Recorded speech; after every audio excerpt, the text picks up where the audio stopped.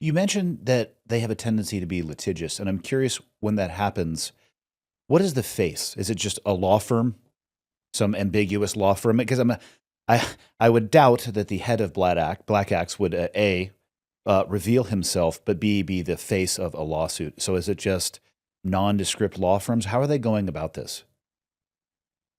So the easiest way to explain this, I guess, is when Al Capone was running his criminal empire, he had a laundromat business, famously. That's the kind of term money laundering comes from. Yep.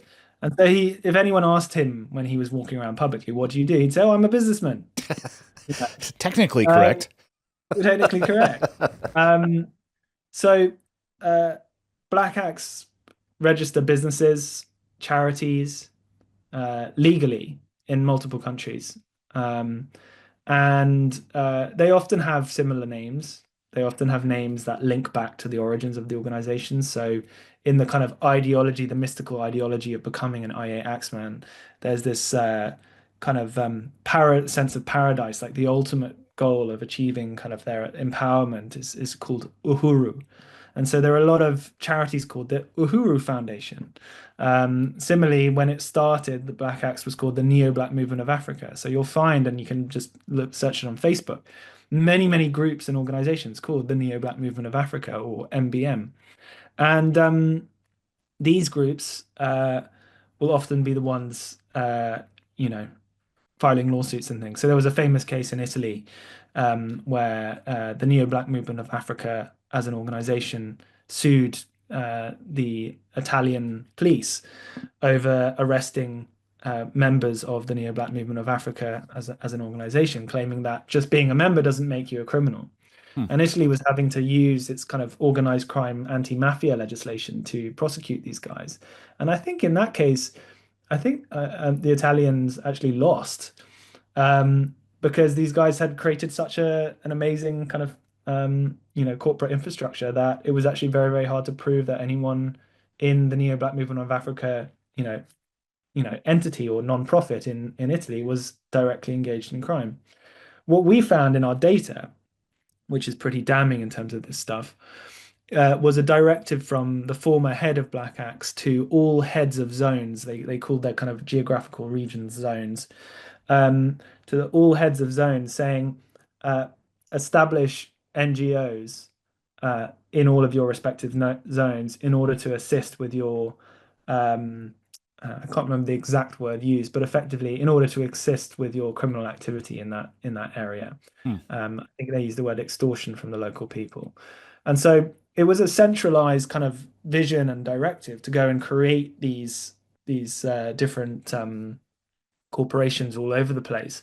And within Benin City itself, there is a registered corporation, the Neo-Black Movement of Africa, which claims to be a non-profit and a kind of culturally celebrative entity. And they've got a social media account, and they have a spokesperson, they have an office, and they even hold conferences in which Nigerian businessmen and politicians attend every year, which is very interesting considering the FBI actually, even in its December press release, actually was um, yeah, it wouldn't have been the FBI. What's it called? It would be the Department of Justice press release in December when the Black Axe member was extradited from South Africa. They said that the Neo-Black Movement of Africa is also called the Black Axe. So they see no distinction. So in terms of US law enforcement, they see no distinction between these entities, these Yeah. corporations and NGOs with that name, and the Black Axe as a secretive kind of mafia group. But within Nigeria, that doesn't apply. So the Nigerian government allows these groups to just operate openly, as do many other countries around the world. What was the response once back in 2019, you start hearing this, it starts hitting your radar.